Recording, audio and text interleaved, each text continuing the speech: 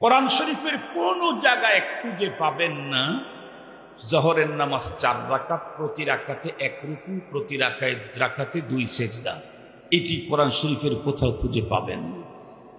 আসরের নামাজ 4 রাকাত ফরজ, প্রতি রাকাতে 1 রুকু, প্রতি রাকাতে 2 সেজদা। 30 পারা কোরআনের কোথাও খুঁজে পাবেন না।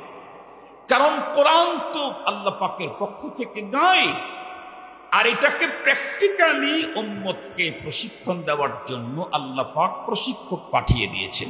রব কি বললেন? আমি আপনার উপরে কোরআন নাযিল করেছি লিতুবাইয়িনা লিন-নাসি মা নুযিলা ইলাইহিম, যাতে আপনি খুলে খুলে প্র্যাকটিক্যালি দেখায় দেন। লাকাদ কানা লাকুম ফি রাসূলিল্লাহি উসওয়াতুন হাসানা, তোমাদের জন্য উত্তম আদর্শ, আমাদের মডেল। নামাজেরও মডেল, রোজারও মডেল, হজেরও মডেল, যাকাতেরও মডেল, পারিবারিক জীবনের মডেল, রাষ্ট্রীয় জীবনের মডেল, ফ্যামিলি জীবনের মডেল, ব্যক্তিগত জীবনের মডেল, আন্তর্জাতিক জীবনের মডেল, রাজনীতির মডেল, সমাজনীতির মডেল। এক কথা, আমার জীবনে যত অপশন ফাংশন আছে সব জায়গাতে আমার মডেল আমার নবী মুহাম্মদুর রাসূলুল্লাহ সাল্লাল্লাহু আলাইহি ওয়াসাল্লাম। এবার খুব ভালো করে বুঝবেন, নবীজি দুনিয়া থেকে চলে গেছেন। কথা বলেন, নবীজি দুনিয়া থেকে চলে গেছেন। আমরা আসছি 1400 বছর পরে। 1400 বছর পরে আসলেও নবীজির নামাজের মতো নামাজ আমাকে আদায় করতে হবে, নবীজির রোজার মতো রোজা আমাকে রাখতে হবে, নবীজির যাকাতের পদ্ধতি আমাকে ফলো করতে হবে। এমনকি এখন থেকে কয়েক হাজার বছর পরেও যদি কেউ আসে, তার জন্য সিস্টেম কিন্তু একটাই। আমাদের মডেলকে, কথা বলেন, আমাদের মডেলকে জনাবে মুহাম্মদুর রাসূলুল্লাহ সাল্লাল্লাহু আলাইহি ওয়াসাল্লাম। বড় মজার কথা, আমাদের নবীজির পূর্বে যেই নবী ছিলেন ঈসা আলাইহিস সালাম, উনি এখনো বেঁচে আছেন। উনি এখনো, কথা বলেন না কেন, বা হায়াত, বেঁচে আছেন। দুনিয়াতে না আসমানে? আসমানে আছেন। মুহতারাম হাজিরিন, খুব ভালো করে বুঝবেন, সেই নবীজি দুনিয়া থেকে চলে যাওয়ার অল্প কিছুদিন পরেই তার দ্বীন, তার কিতাব সব এলোমেলো হয়ে গেল। কিন্তু কোরআনুল কারীম এখনো পর্যন্ত এলোমেলো তো হয় নাই। কোরআনের কোন বিধান পর্যন্ত, সুন্নত পর্যন্ত এলোমেলো হয় নাই। কেন? কারণ হলো কোরআন হেফাজতের দায়িত্ব রব নিয়েছেন, আর রব্বুল আলামিন তার রাসূলকে দিয়ে কিয়ামত পর্যন্ত নবীর এই কাজের জিম্মাদারি একটা জাতির উপরে ঘোষণা করে দিয়েছেন। সেটা হলো, নবীজি বলেন আল উলামা ওয়ারাসাতুল, কথা বলেন, আল উলামা ওয়ারাসাতুল আম্বিয়া। কিয়ামত পর্যন্ত কোন নবী আসবেন তো মানুষ কোরআনের বুঝ দিবে কার কাছ থেকে? প্র্যাকটিক্যাল সমঝ নেবে কার কাছ থেকে? নবীর জামানায় তো কোরআনের প্র্যাকটিক্যাল সমঝ নবীজির কাছ থেকে নিয়েছে। কিয়ামত পর্যন্ত নবী আসবে না, তো কোরআনের প্র্যাকটিক্যাল সমঝ বুঝ কে দিবে? নবীজি বলে গেলেন উলামায়ে কেরাম দিবে। সুবহানাল্লাহ বলবেন কি? উলামায়ে কেরাম প্র্যাকটিক্যাল সমঝ দিবে, বুঝ দিবে। এ কারণেই এই পৃথিবীর যে কোনো মানুষ উলামা থেকে দূরে চলে যাবে, সে আর যাই হোক দ্বীনের উপরে সহি শুদ্ধভাবে চলার কোনো পথ খুঁজে পাবেন। 2 মিনিটে কথা বলে শেষ করে দিচ্ছি।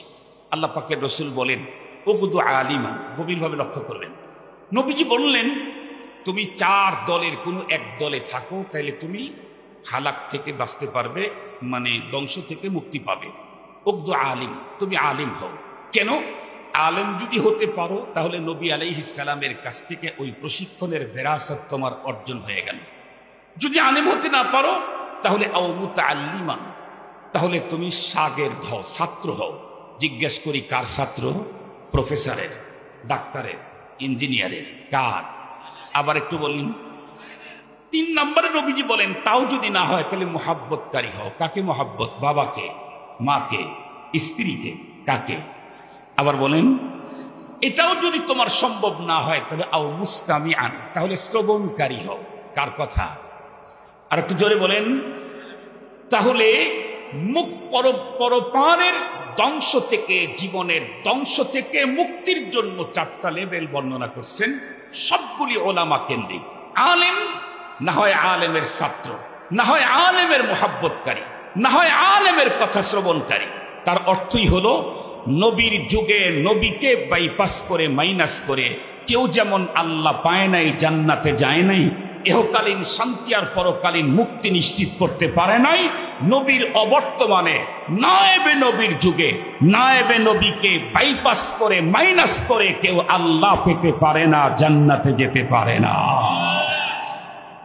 আবারও বলছি, আমার বাবার কথা বলছি না, মুহাম্মদুর রাসূলুল্লাহ সাল্লাল্লাহু আলাইহি ওয়াসাল্লামের কথা বলছি। আর মুহাম্মদুর রাসূল সাল্লাল্লাহু আলাইহি ওয়াসাল্লাম নিজের কথা বলেন নাই, রব বলেছেন মা ইয়ানতিকু আনিল হাওয়া ইন হুয়া ইল্লা ওয়াহয়ুন। আমার রাসূল যা বলেছেন বলেছেন নবী, কিন্তু বলাইছেন কে? জোরে বলেন, বলেছেন নবী, বলাইছেন কে?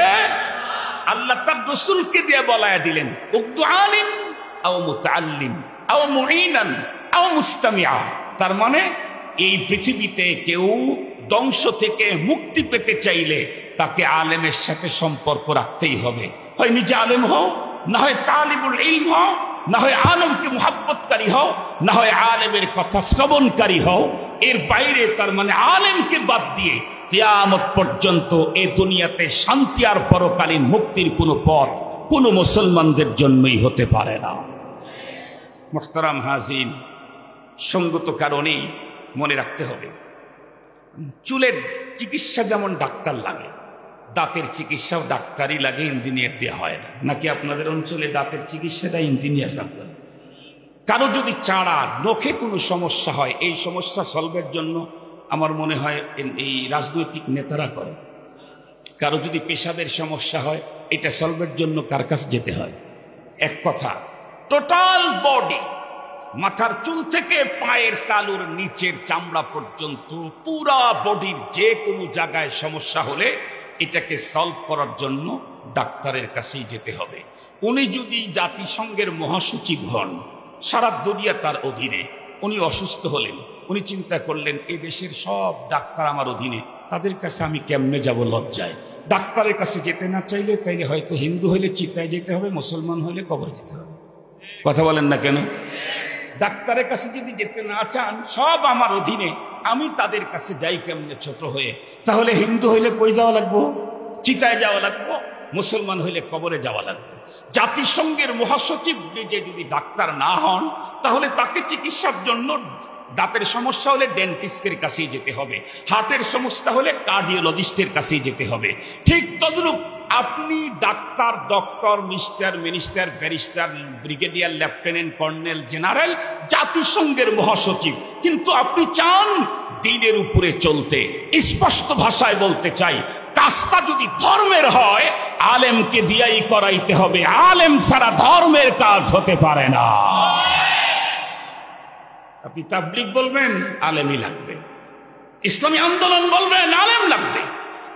আপনি খানকা বলবেন, আলেম লাগবে। আপনি মসজিদ চালাইবেন, আলেম লাগবে। আপনি কবরস্থানে গিয়ে জানাজার নামাজের কাজ করাইবেন, আলেম লাগবে। আপনি ঈদগাহ মাঠের খতিব প্রয়োজন, তো আলেম লাগবে। কথা একটা, কাজটা যদি ধর্মের হয়, তাহলে সেখানে নায়েবে নবী আলেম ছাড়া চলে না, চলতে পারে না, কোনোদিন চলতে পারে না। এই কথাটা আল্লাহ আমাদের হৃদয়ের গভীরে অঙ্কিত করার তৌফিক দান করুক। ওয়া আখিরু দাওয়ানা আলহামদুলিল্লাহি রাব্বিল আলামিন। আসসালামু আলাইকুম ওয়া রাহমাতুল্লাহ। আলহামদুলিল্লাহ, আমরা এতক্ষণ পর্যন্ত অত্যন্ত গুরুত্বপূর্ণ আলোচনা